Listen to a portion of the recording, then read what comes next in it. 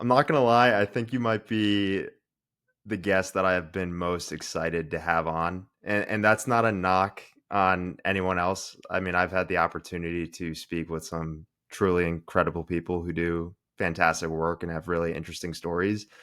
But it's just that your work resonates on a very, very deep level with me personally in my life. And I think that's where I want to start is the relationship that you have with your work. I mean, I know that this work on a deep internal level like lights you up and it gives you this like fuel and this energy. But when was it in your life that you realized like, hey, this isn't just work that feels good personally, but this is important work that needs to be done? Oh, well, first of all, thank you. I'm very honored and flattered. That means the world to me that my work resonates so deeply. So thank you. Yeah, I think I, when I started learning about energy and, manifestation and how everything is frequency and not just matter, and, how there's this field that's invisible but connects people over time and space, and that the way, how we vibrate affects the information in the field and what we magnetize and send out, etc. I started paying real close attention to how I felt doing certain things. And I get lit up when I'm seeking to understand consciousness or the human potential, or, and so when I hear a miraculous healing story that kind of backs up the science and the research and the mysticism that I've read about, I'm just like, oh my gosh, this is proof, this is evidence, like this stuff is real. So it's been about since 2007-ish. It was around the time like I learned to meditate. I was doing yoga. I was going to Michael Beckwith's spiritual center, and I was just learning all these things and kept feeling better and better and better and more expansive. And around the same time, people were coming to me going, tell me what you eat, what you do, like how are you so happy, really? Like people in LA were just like, you're so believably happy. And I was like, oh, is that like a rare thing? um and so anyways, I'm a caring human, like you are clearly. And when I feel empowered, I want to share that, what lights me up and what empowers me and what gives me hope, with other people. And that's kind of been, I don't like, I don't sit around thinking like, oh, my work is important, I've got to save lives or do this. I just literally follow what lights me up, and knowing that like um it has helped other people, because so many people, life is so complicated, and so many people are suffering, and there's toxic environments that we're dealing with, seen and unseen. It's really hard to navigate life. So even as I'm kind of my own guinea pig. And as I try to figure things out, I try to share, because it's just hard. It's hard to be human. Yeah, and I do think in a way there's a tight overlap between the two. Like the work that lights you up is the important work because I don't think there's enough people in the world that are necessarily doing that. Either they haven't been able to access it and they don't know what that work is, and that's a continuous journey to try to find that or for that work to find you. Or there may be people who they do feel like they've found it, but they live within a society or maybe a programming that they're keeping that light at bay. Um, all that being said, though, I do think there is some benefit to having a season or a chapter of life where maybe you're doing work that doesn't light you up, because when you eventually do find that work that does light you up, you feel it that much more, and you're like, oh, boom, that's something that I've felt that I haven't felt before. And I think there was a chapter within your life with that when it came to acting. Like you thought that was going to be your thing. Like you thought you were going to go down that path. Can you talk more about, I guess, that mindset that you had for acting? And maybe it still had a lot of benefit within your life because maybe it wasn't necessarily the thing, but it was the bridge to the thing. Yeah, totally. Everything thing is a link in a chain that leads you to where you're supposed to be. My ex-husband, it's weird that I'm like bringing him up in this interview, but he had this quote book, and like his one of his best was like, sometimes you got to go to the wrong place to get to the right place, you know? Yeah. And um yeah, so I would say from a very young age I would watch movies and feel in my body how they moved me, inspired me. I'd watch the same movies over and over, like Stand By Me and Goonies and Never Ending Story were like my growing up movies. And I was like, I want to do that. I want to move people in that way, you know? And then I also had this like real desire to experience, you know, 1,000 lives within this lifetime. I would watch a period piece and I just felt like, God, I want to live in, you know, Great Britain in the 1700s or whatever, you know? So I would studied Mayan civilization and, you know, and Incas and like pre-Columbian civilization and Central and South America. It was like, I'm like so fascinated and connected for no apparent reason. And I'm like, is it a past life thing? You know? So I figured acting was a way that I could like try on many different lifetimes in this lifetime. Interestingly, I would be much freer at home performing, like making stuff up and making these like home videos or whatever. And then I'd get in front of, you know, a casting director or like a director or whatever. And I would get really self-conscious and I would try to do it right. I was very intellectualizing everything. And so it was like a stressful journey, you know, because I really wanted it, but I got in my own way because of the way I was programmed and conditioned. So um, I I think I would be a much better actor now. But then once I learned enough, like I got far enough down the road of experience, I actually enjoyed getting the job, like winning the job because I'm competitive and athlete. But then when I was on set, the waiting around, like it wasn't magical to me. And it caught, because I was so self-conscious, it stressed me out. And I was like, why am I doing this? You know, like, so eventually I started learning about these things I talked about before in spirituality and consciousness. And I would be so free and lit up when I was listening to like Abraham Hicks or Wayne Dyer or Eckhart Tolle. And so I just started paying attention. I was like, I am getting drained by acting and getting lit up by this stuff. And so it was easier to let go of something I invested 20 plus years in.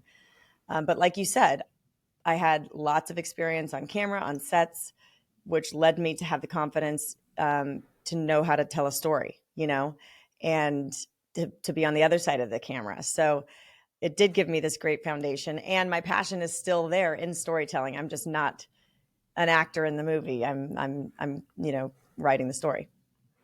I find it fascinating how you said that you felt like you got in your own way at times. And I guess like the thought or the hypothesis that I have, and I feel like I've felt like that within my life at times with doing different things. I almost felt like on an unconscious or subconscious level, like your body and your psyche knew like, hey, this isn't the thing for you. So we're going to try to get in your way. Yeah, I don't, yeah, exactly. Like it's something will try and forever crack the code on is you hear all these stories about people that like, whether, you know, prolific authors that were rejected 150 times from 150 publishers and they just kept going, or actors that are like a multi-academy award winning and they were told they could never act and just by their acting teacher. And, you know, all these stories, like at what point do we continue persisting because we know in our bones? And at what point do we like pay attention to the energy and go, okay, there's something trying to push me in a different direction? You know, I haven't cracked that code yet, but yeah, I definitely feel like life, the universe, God, however you want to say it, soul, spirit.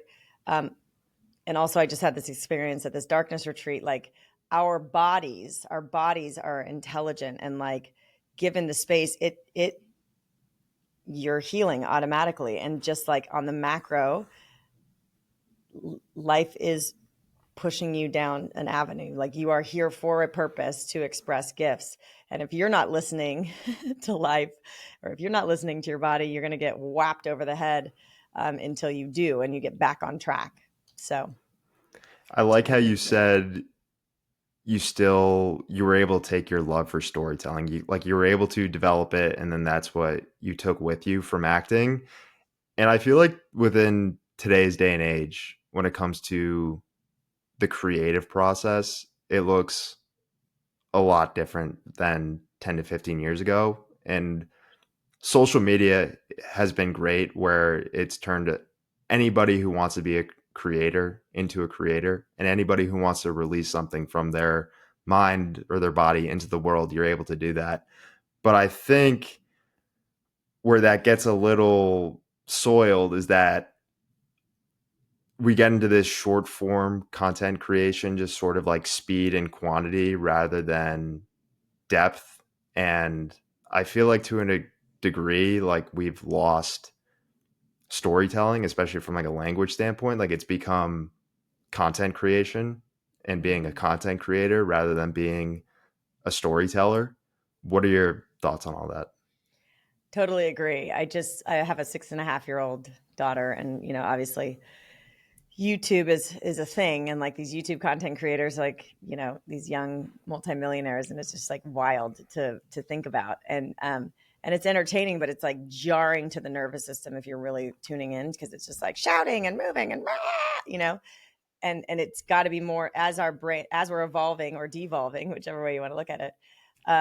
It has to be faster, louder, crazier, or and then like shorter. So I had heard, I think on Instagram, ironically, it was like some study, neuroscientific study about child's brain development, and how is you really need to keep rotating in these longer form storytellings with arc, like the old Disney movies and everything.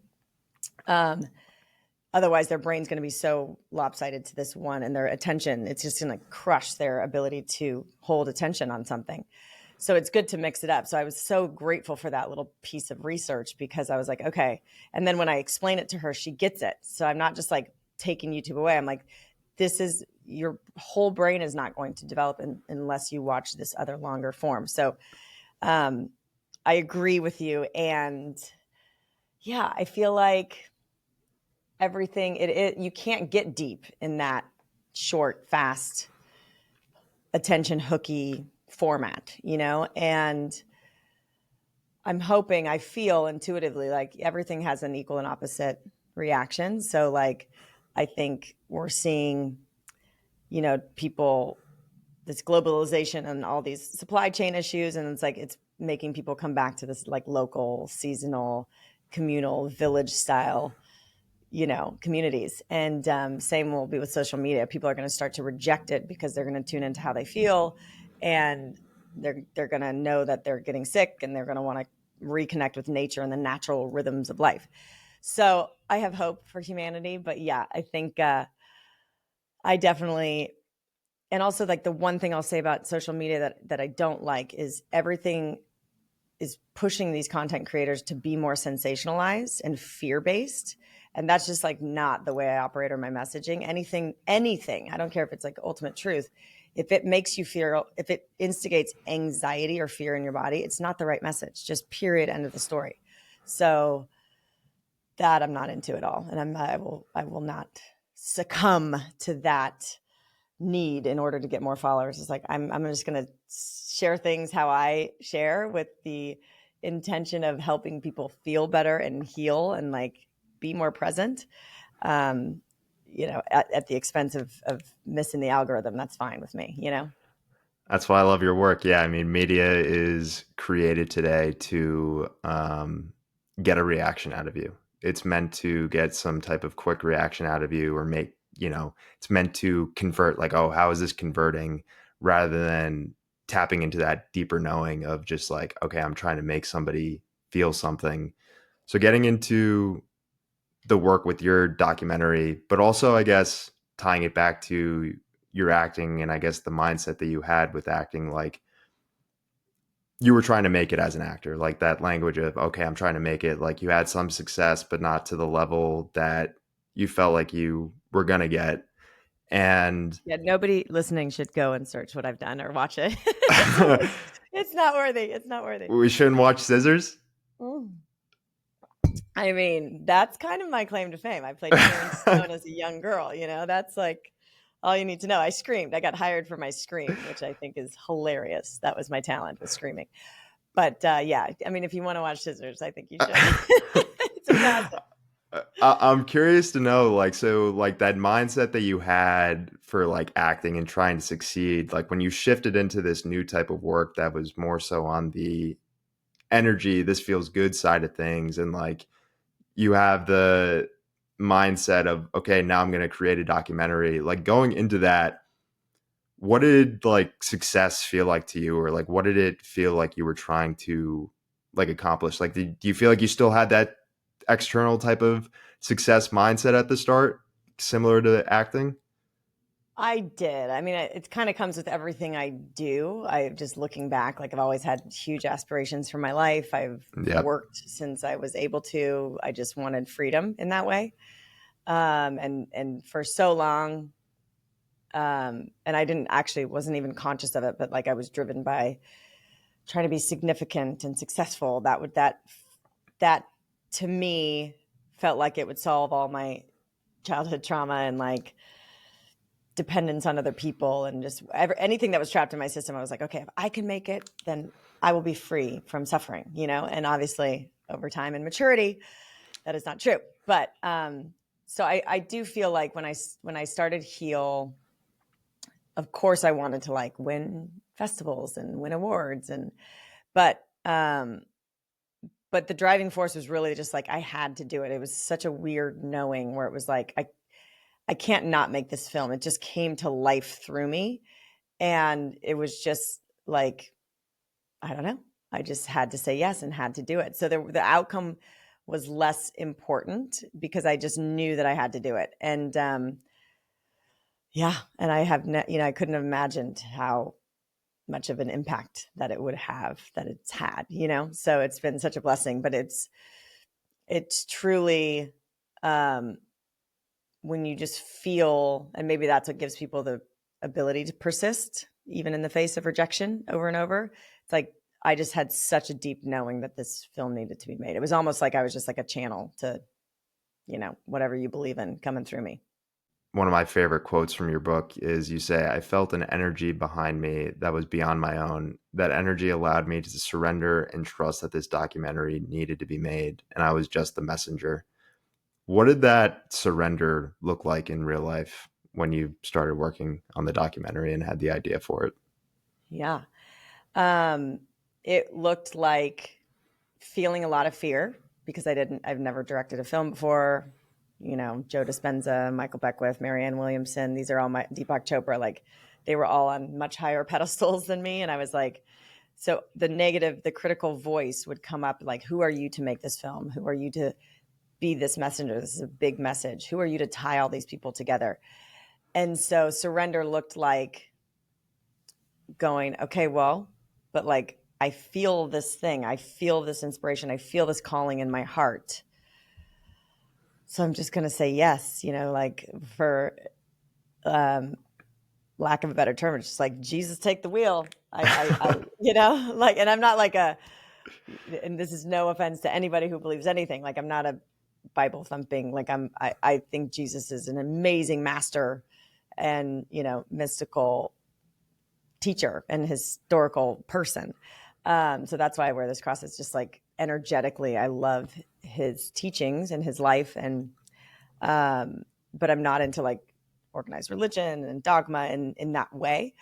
Um, but yeah, Michael Beckwith is one of my teachers, and he said, if you have a calling in your heart, if you have a burning desire to do something or share something or be something, like you also have everything you need to see it realized, because that's how this works. That's how we are spiritual beings having this physical human 3D experience. So it resonated when he was preaching it to me. So I believed it. And then I was just like, I would be aware of this fear coming up, trying to stop me. And the surrender was just like, okay, I'm just through the fear, despite the fear, I'm going to move forward.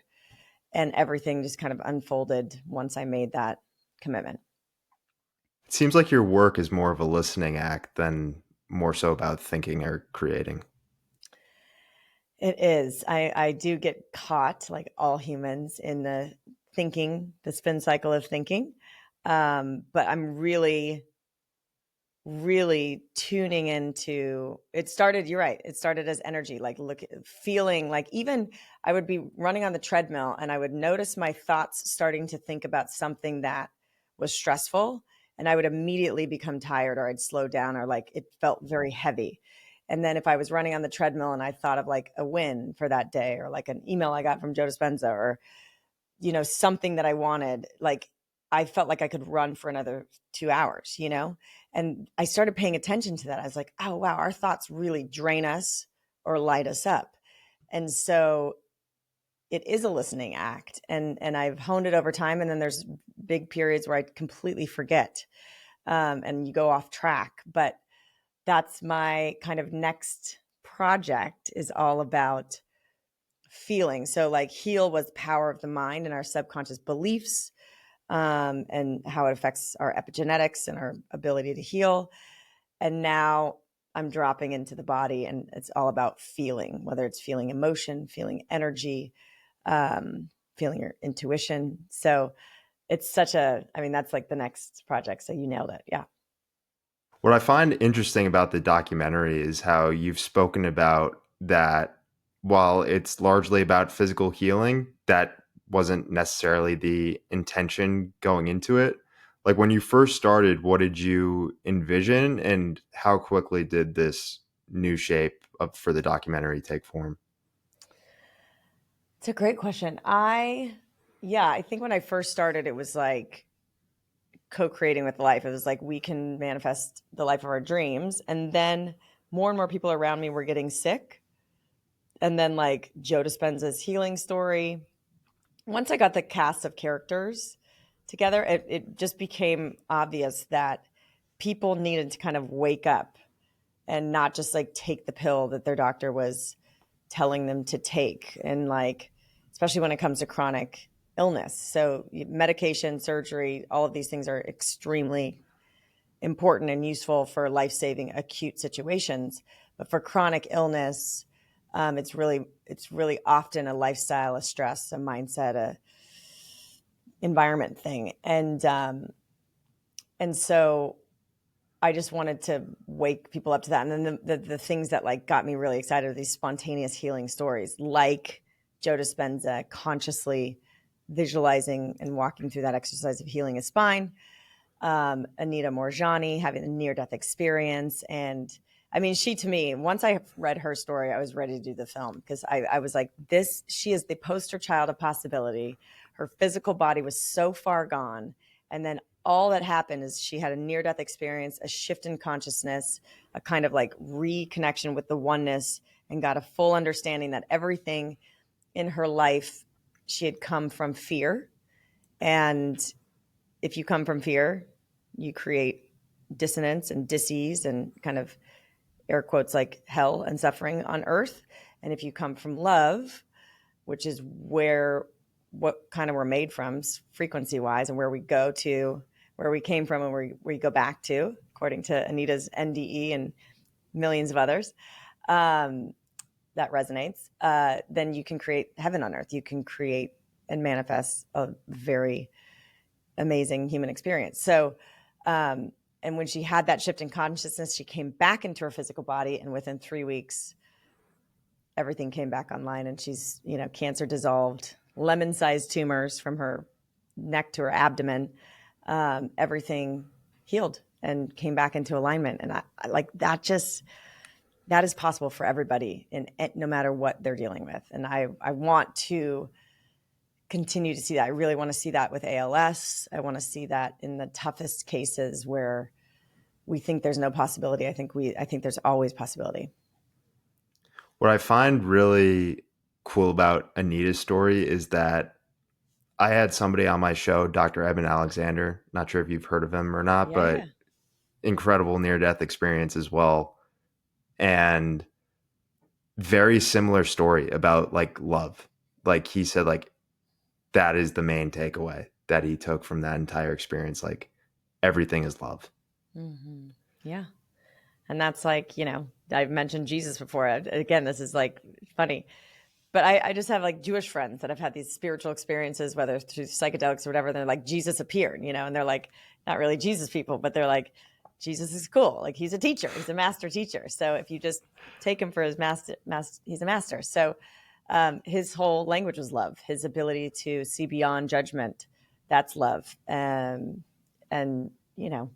it's I, I think it's become a calling card within our society today just to say like the medical system's broken. And I do think there's a lot of truth to that. And I agree. But I think when you just keep repeating that and when like the majority is in agreement on it, you don't sort of parse it out, or you don't try to actually like understand like, all right, like what's actually broken or what does that mean? And what I really like about your work in the documentary is that it brings depth and new language to that, and understanding the relationship between chronic and acute care. Like, can you talk more about that? yeah. Um, I would say, we've like there's life-saving technology and advancements in medicine that thank God we have. So if you have an infection, this is more of an acute situation, and it would probably serve you to take an antibiotic, unless it's, in very rare cases, you could treat it naturally and not take the antibiotic. But for most cases, like you need something like an antibiotic to fight an infection. And infections, if not treated immediately or properly, like can lead to death. So, or other things. So that's an acute situation. A chronic situation develops over time, and it's usually there's inflammation involved in the body. There's multiple just injuries over and over, whether it's the types of food you eat or, chronic stress, just wearing down your adrenals and your organ systems. And like cancer is a perfect chronic condition. It develops over time, and it's your body's reaction, usually a tumor, to this imbalance or inflammation or acidity, or there's so many causes of cancer, and it's usually a cacophony of reasons. But so I guess what I would say is we are treating chronic conditions as if they're acute, and that model doesn't work for chronic conditions. And unfortunately, what I see the flaws are, and there are many, I think that the human beings involved in the system are just trapped in a system that's really, really hard to do good work. Doctors are usually start out altruistic. They want to help people, but then and their first oath, their Hippocratic oath, is to do no harm. But when when our medical schools are being funded by pharmaceutical companies, when the research, you can only get funding from a lot, because the pharmaceutical industry has a lot of cash, so they're funding research. So the research and science, a lot of it that we're seeing is, it has an agenda. And so, and again, the other thing that I'll mention is like, we're looking at our bodies as machines, and it's become specialized medicine. So you get paid more when you are kind of like a specialized doctor. And so they separate these organ systems through these specialties, and nobody's communicating with each other. And this is a whole system. So if you cut out organ A because of a condition, like you're throwing off the whole entire system because it needs A, So all of that to say, it just needs a refresh on, that we're not machines that can be just like cut up and treated one by one. We're a holistic system and need to be treated as such. And with chronic conditions, there's an imbalance in the entire system usually. And we need to change the terrain, the frequency, and the care that's given to the inner and outer environment of the system, rather than just like, and like just a good example, the standard of care for cancer is usually cut, poison, burn. It's radiation, it's chemo, and it's surgery. So cancer develops over time, and you can bombard it with chemo, radiation, surgery, all the things that we just said. But if you don't address the root cause of why the cancer developed in the first place, it will come back 99% of the time, because not only are radiation and chemo on their own cause cancer, but you haven't changed anything about the environment that allowed the cancer to grow. So it's just something to think about. Don't want to demonize any standard of care. It's like there's very smart people doing wonderful things and saving lives. But you really, with chronic conditions, have to get to the root cause and treat it as an environmental issue and go, how can this be a wake up call to show me, okay, I developed cancer. Where am I out of alignment in my life? Is it with my diet? Is it this toxic relationship I'm in? Am I off the path of my gifts that I came here to express and I'm in a dead end job? Like it's everybody that I know of who has healed from cancer, by getting to the root, looks as cancer as the greatest gift of their life. They don't want to go through it again, but it got them back on track. And now they feel better and more vital because they're addressing the environmental issue. They're addressing the lifestyle. They're addressing their stress, their trauma, and their alignment with their gifts. So I hope that answers your It's the question. wake up call. And Yeah. we love, within our conventional system, we love symptom management. And I feel like that's the language that we use of, okay, how can we best manage this? And we just get into the mindset of, okay, management means we can't get rid of this. Like, I'm just trying to keep Yeah. this at bay for as long as I possibly can. But this is something that's always going to be with me. And you say, another quote in your book that I want to build off of, you say, the suffering is created by the story we tell ourselves about the information. And I'm going to put a caveat on that because, at least from my own personal experiences, and I think for a lot of people, it's not, I don't think it's the story that they create or concoct, as it's more so, okay, this is a story that I'm being told by people that I'm supposed to be listening to, who are Mhm. smarter than me. Like, this is what they do, this is their work. So this must be true. Like, this story must be true. And what I find really funny is, like, we were talking about earlier, like, within like culture and society, it feels like storytelling is kind of like a dying thing. And we just like think of like content creation.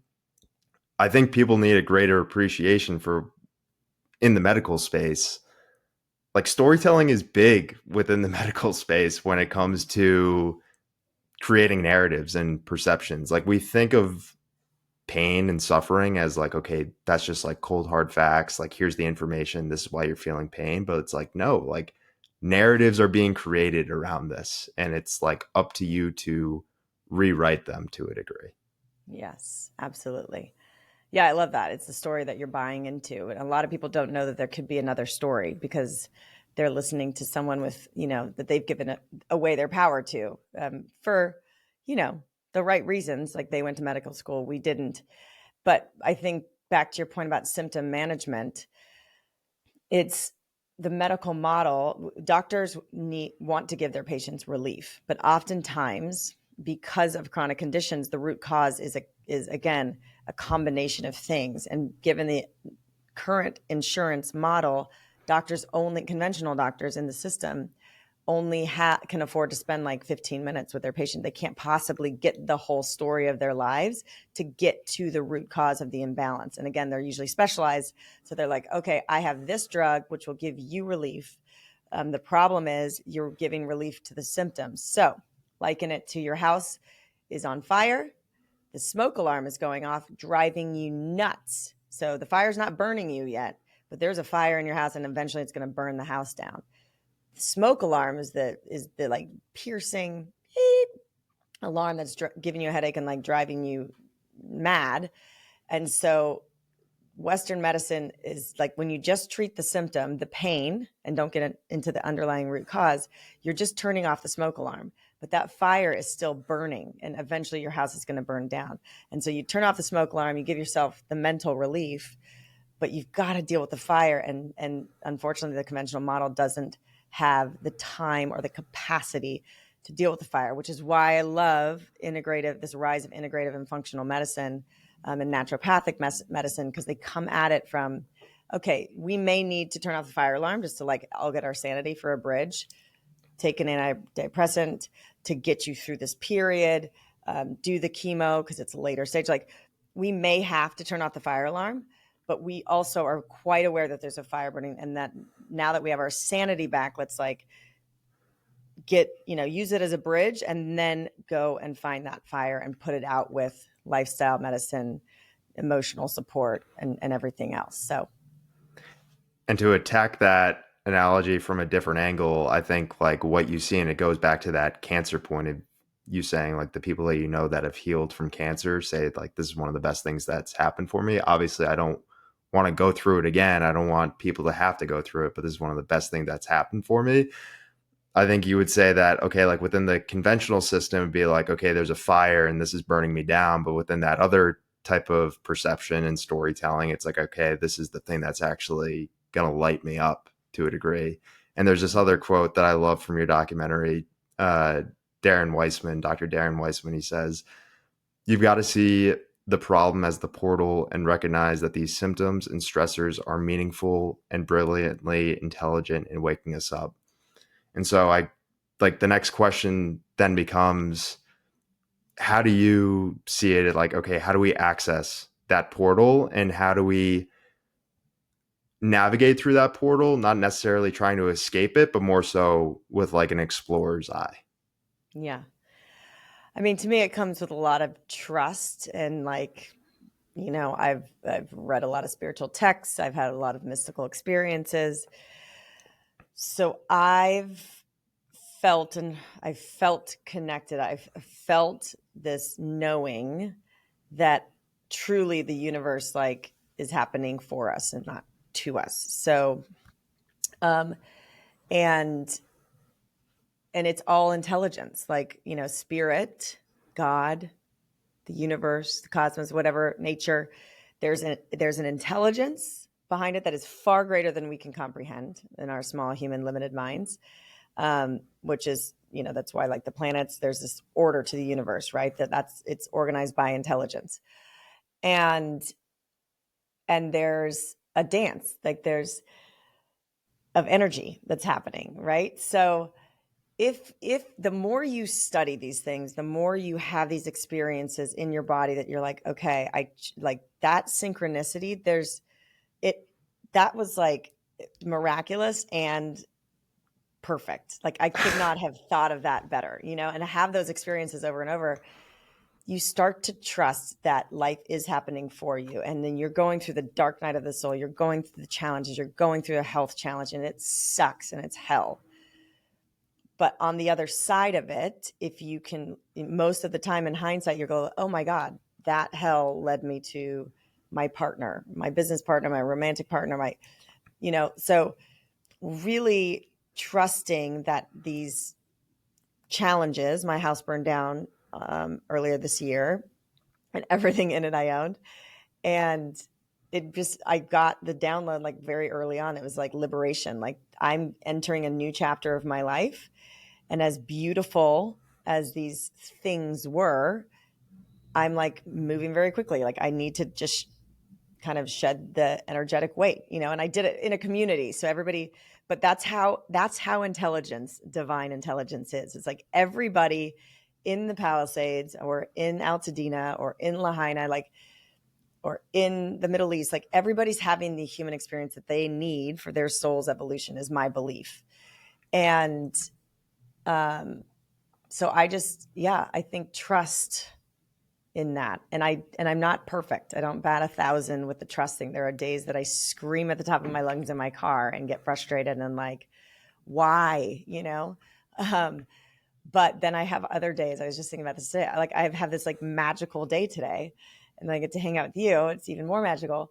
And I'm not just saying that, like your energy is amazing. Like you're so, just like you're so sweet and resonant, and like with my work, like you're one of my soul family. Like we're all here, aligned. And so all of that to say, like, if we can learn to ebb and flow and know that like the universe, it expands and contracts. We have to contract to expand like the pump on your heart that's been beating since you're developed as a little fetus. Like, can you imagine your heart has been pumping gallons of blood? It's a muscle that has never stopped or rested the entire time you're like for me, that's 46 years. This Never thought of that before. thing's been ticking. Like, that is a miracle. There is a muscle in your body that is not tired, and you have nothing to do consciously with what it's doing, and it's keeping you alive. Like, there is a divine intelligence operating through our bodies, operating through, our interactions. And so really, and the more you hear these stories, and this is why I want to tell these stories, the more people hear the stories about the people that have gone through cancer and it like woke them up to their gifts or got them on track or, introduced them to the love of their life or whatever it is, the more you can go, okay, I'm going through a challenge, or what is this waking me up to? Where is the blessing and the lesson in this? And the more you start looking through that lens, the more miracles, and it's like your aperture opens and more miracles are available to you. That first time through the portal does take a lot of blind trust and faith, but yeah, I'm a true believer that I honestly do think to like a degree, like within our conscious mind, like we don't know what's best for us. And I think when you have unwilling challenges come into your life, that ultimately alchemizes into gifts that you never thought you could have or even could imagine or could comprehend. And when it gets into mind body care, because mind body care has helped me a lot when it came to healing from chronic pain, and no conventional stuff helped me. And I feel like the next step forward is like a language evolution, because like for me explicitly, like I said, conventional didn't work and mind body and holistic did. So I think it can like really help people to like, oh, I took an unconventional route to get better. When it's more so of just like, hey, I did what worked, instead of like, oh, like conventional, unconventional. What are your thoughts on that? And where do you see like, I guess, the continued evolution of language within the space going? Yeah, that's a great question. I'm just curious, like what you did. I'm curious to hear your story about what your unconventional path was, because pain is such a big one. Pain is such a hard thing to crack. So I'd love for you to just share like a couple minutes of what you did and how you did it. Did you Yeah, try conventional and it didn't work? And then yeah. So I guess, I mean, it's my own podcast, so it's not like plugging something, but like I created a whole podcast mini series on the entire process. But okay. so I got diagnosed with herniated discs in my lumbar spine, um, and did all conventional treatments of okay, physical therapy, steroid pack, cortisone injections, massage therapy, chiropractic adjustments, spinal decompression. Nothing was helping me, and was just told like, well, you have really, really big herniation, so that's why this isn't working. And was very, very close to getting a surgery because I was told like, hey, like this is, you're not making any progress here. So it's probably just so bad that like you need an operation to help relieve you of this pain. And I was very, very close, but she deserves all the credit. Like my mom was like, you haven't given this enough time and you're too young to get a back surgery. So it was just a going back to the analogy of going through the portal, like that was my first time through the portal, so to speak. And it was just a lot of blind trust and faith of like, hey, I'll eventually figure this out. And I got introduced to the mind body connection and the work of Dr. John Sarno, who's very deep within the work of, rest in peace to his soul now. I mean, the guy changed my life when he was already in the ground, which is remarkable to think of. Mm-hmm. Yes, yes. Um, but got introduced to his work, and it was funny because when I first heard about it, I was like, what are you talking about? Like, no, like this isn't going to help. Like, this isn't going to work for me. Like, let me just continue doing my spinal decompression, and just got to a point of such desperation, and but also just so much debilitating pain where I was like, okay, I have to try this. And within 2 weeks, I was back in the gym. What? And I was like, whoa. And like it was like overcoming that, like it turned from this is the worst thing that's ever happened to me to this is the absolute best thing that's ever happened to me. Mm-hmm. Like I wouldn't be talking, like it's serious. Like I wouldn't be talking with you here today, or like your work wouldn't resonate so much like if it wasn't for that experience and going through that. Mm-hmm. Yeah.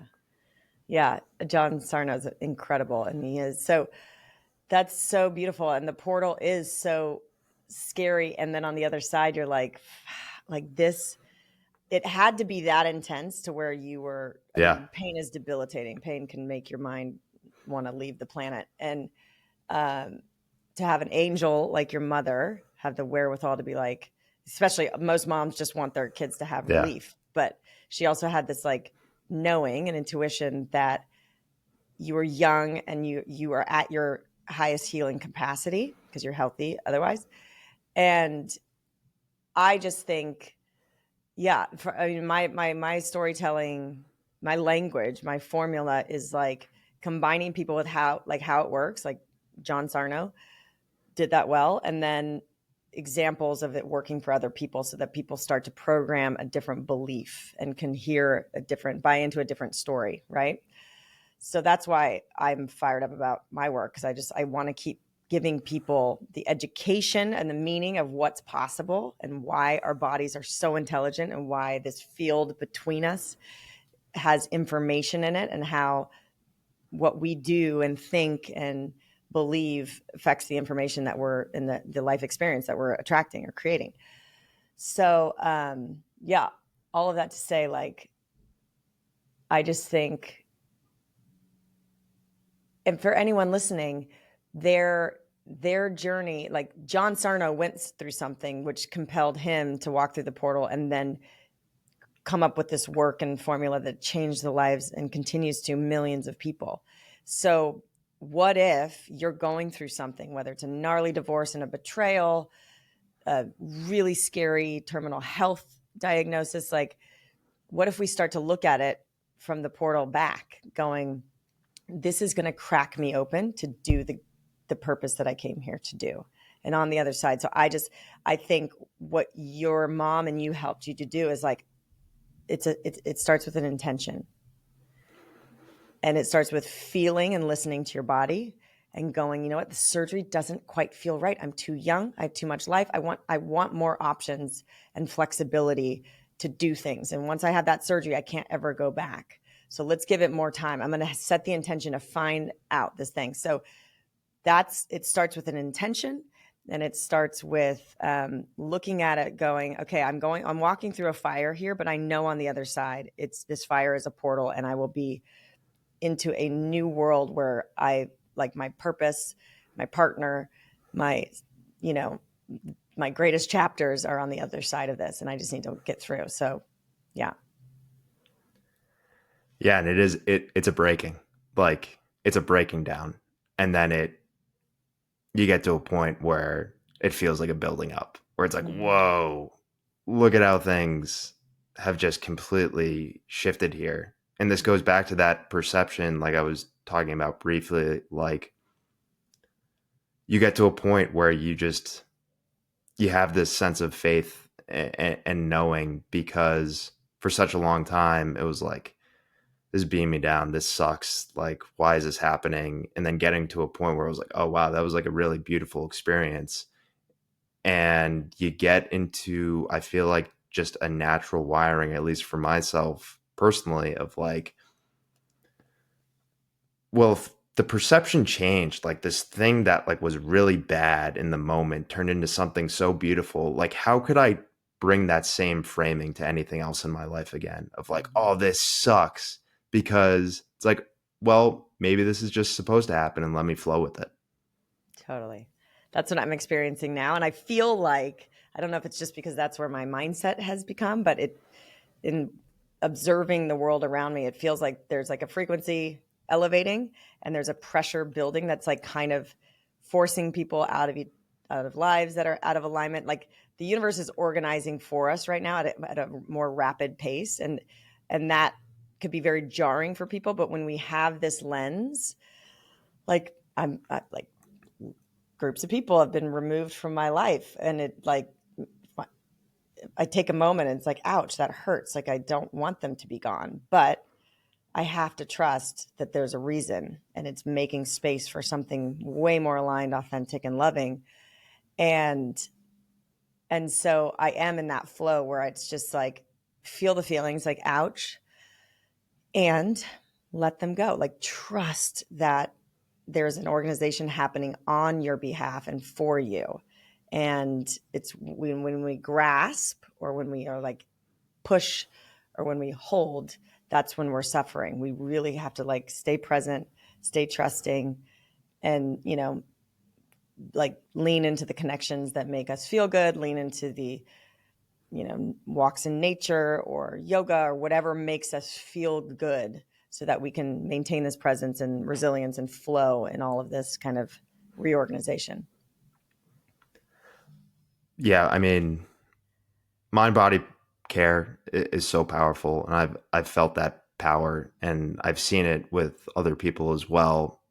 But I think an important caveat to that, or something that I think people can get slipped up with when it comes to mind body care, is like you can almost like you can become receptive and like understand, okay, like there's a mental component here, like let me take a holistic approach, but still having that conventional mindset or philosophy behind it. And what I mean is like like still thinking of like something is wrong or something is broken. Like you're not necessarily thinking in terms of muscles or tendons or nerves or like mechanical things, but you're thinking in terms of like, oh, I'm just like holistically broken and something needs to be fixed. Like, have Mm-hmm. you seen similar stuff like that?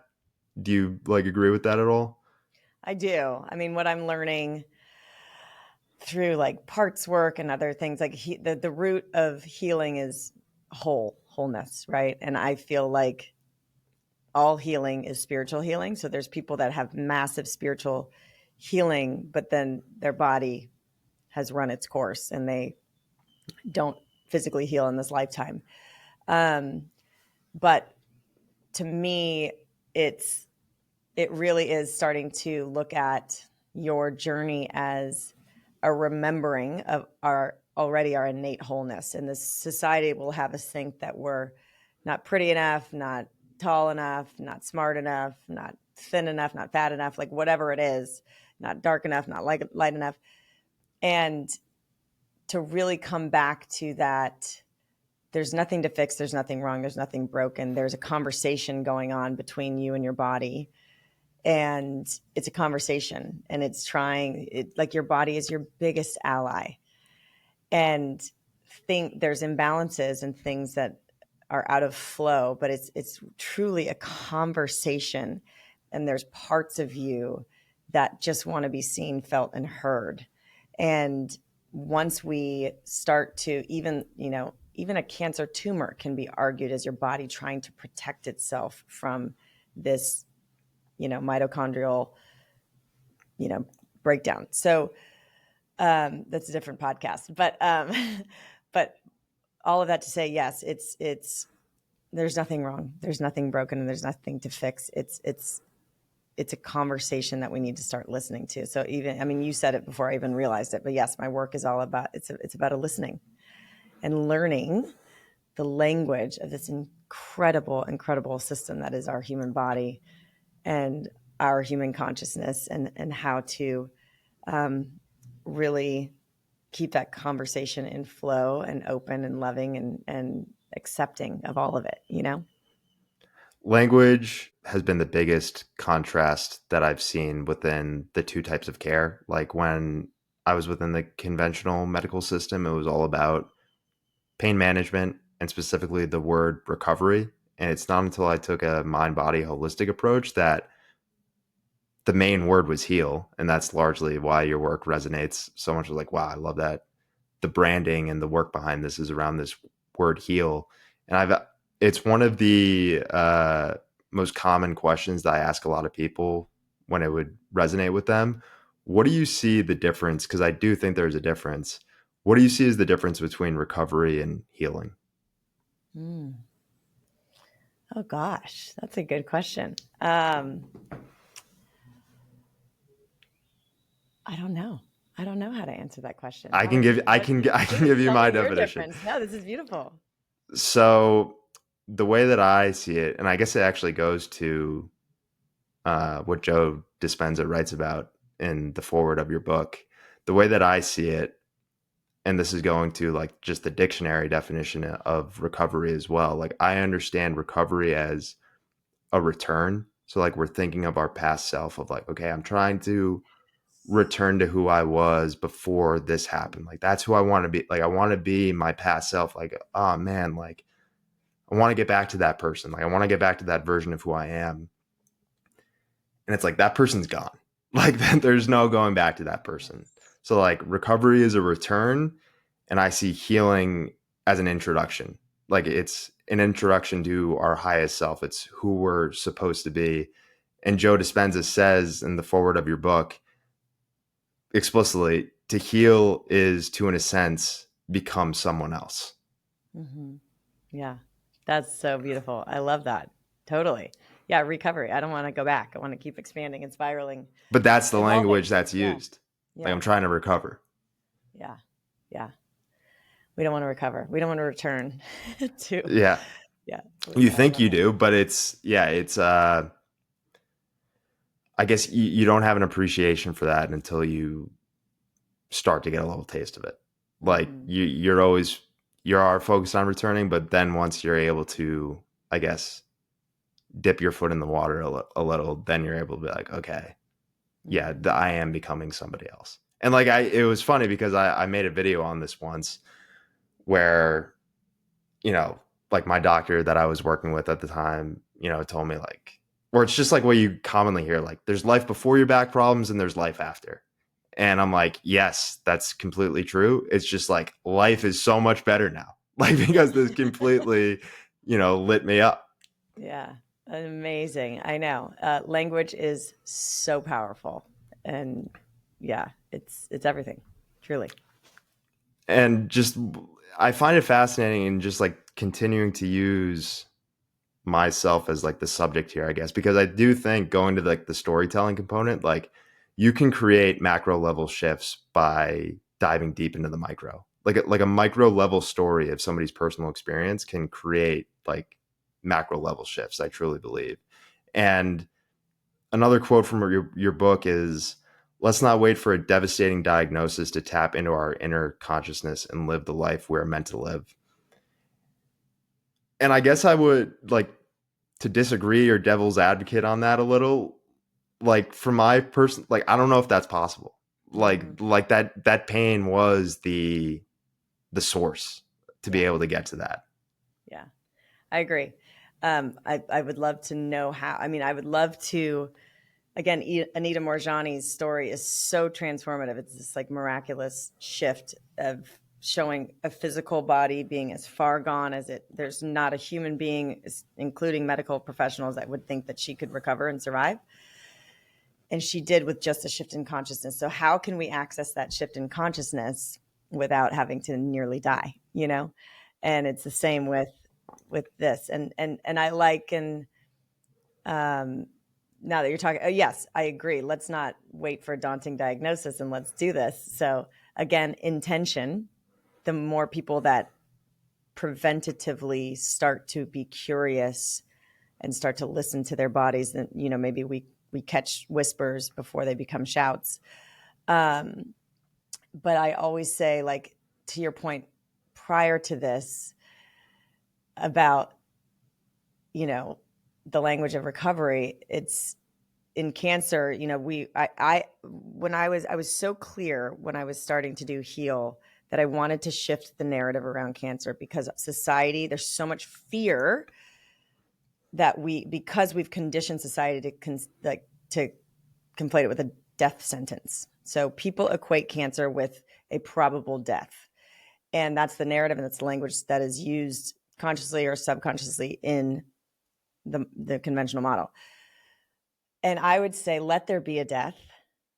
Let there be a death of the old person, of the old energy, of the old signature that allowed the cancer to come up, and go into that deep dive of reflection and investigation of, okay, where am I out of alignment? Because if I'm in alignment, if I am in my joy, if I am making conscious, beautiful decisions about how to nourish my body, if I'm aligned with nature, if I am aligned with community, like, it's not a very conducive environment for things like cancer to exist. So let there be a death, and there be the death of the old you, and let's give rise, portal, birth to this new you, life after back pain.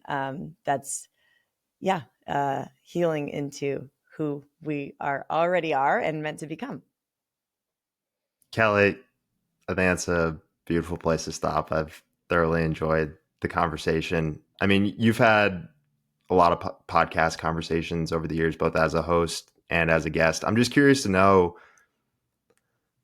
like, how do you think you've evolved in the way that you, I guess, talk about yourself and your work, and what do you think that continued evolution looks like?